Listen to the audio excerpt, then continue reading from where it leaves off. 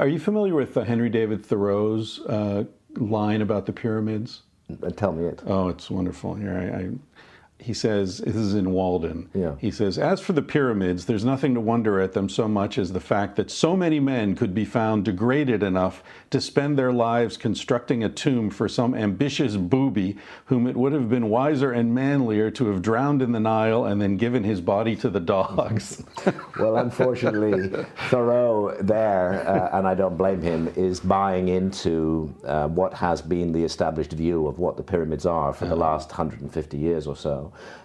Which is and the established view is that the pyramids are tombs and tombs only for egomaniacal pharaohs. What's not widely known is that there isn't a single pyramid in Egypt where an intact burial of a pharaoh has been found. And indeed, in some pyramids where they've opened sealed chambers, they found the sarcophagus within the chamber to be empty. It's an astonishingly flimsy case to argue that the pyramids were built as tombs. There's no real evidence for it at all, particularly with the three great pyramids of Giza. It's a prejudice, it's an ideological position on the part of Egyptologists. It isn't a fact.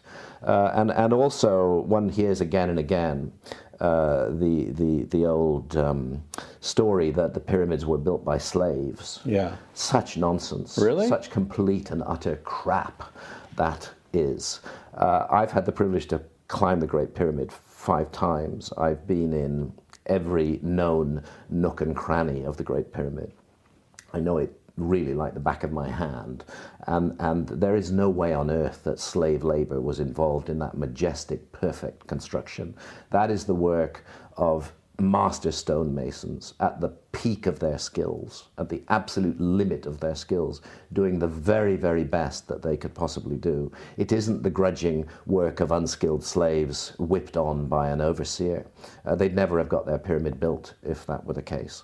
And also there's very little evidence, indeed none, of slavery in the Old Kingdom anyway.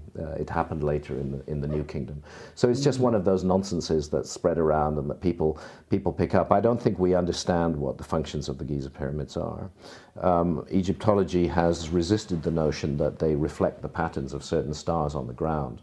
Robert Bauval's work on the connection between the belt of Orion and the three pyramids, anybody can see the resemblance immediately. If you look at the sky, look at the belt of Orion, the way those 3 stars lie in the sky is exactly the way the 3 pyramids lie on the ground.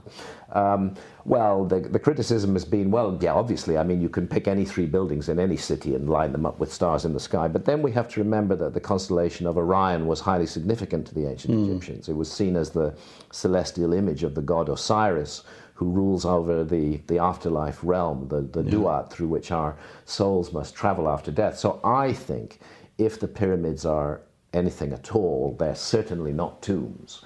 I believe that they were part of an ancient system that the ancient Egyptians used. The whole objective was to transcend material life and to achieve spiritual immortality. I'm not saying that they did that, but I'm saying that that appears to me to justify the giant effort that was made in the construction of these pyramids. So yes, they are associated with death, but not as places of burial for a particular pharaoh. Right. The region of the sky, by the way, the duat was a region of the sky for the ancient Egyptians, and it's dominated by the constellation of Orion and by the Milky Way. You cover this in Fingerprints of the Gods. I went into it in Fingerprints of the Gods, and I see no reason to change my views. These were not tombs. These were part of something much, much bigger than that.